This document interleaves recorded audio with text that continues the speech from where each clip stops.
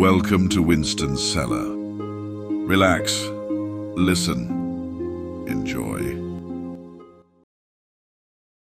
Cookies by Douglas Adams. This actually did happen to a real person, and the real person was me. I had gone to catch a train.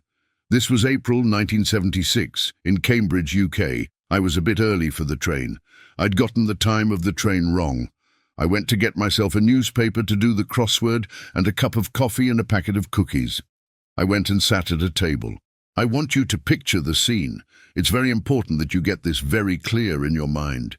Here's the table, newspaper, cup of coffee, packet of cookies.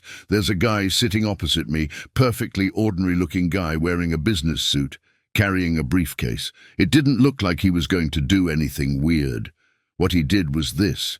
He suddenly leaned across, picked up the packet of cookies, tore it open, took one out, and ate it. Now this, I have to say, is the sort of thing the British are very bad at dealing with. There's nothing in our background, upbringing, or education that teaches you how to deal with someone who in broad daylight has just stolen your cookies. You know what would happen if this had been South Central Los Angeles. There would have very quickly been gunfire, helicopters coming in, CNN, you know. But in the end, I did what any red-blooded Englishman would do. I ignored it. And I stared at the newspaper, took a sip of coffee, tried to do a clue in the newspaper, couldn't do anything, and thought, what am I going to do? In the end, I thought, nothing for it. I'll just have to go for it. And I tried very hard not to notice the fact that the packet was already mysteriously opened. I took out a cookie for myself. I thought, that settled him. But it hadn't, because a moment or two later he did it again. He took another cookie. Having not mentioned it the first time, it was somehow even harder to raise the subject the second time around. Excuse me, I couldn't help but notice.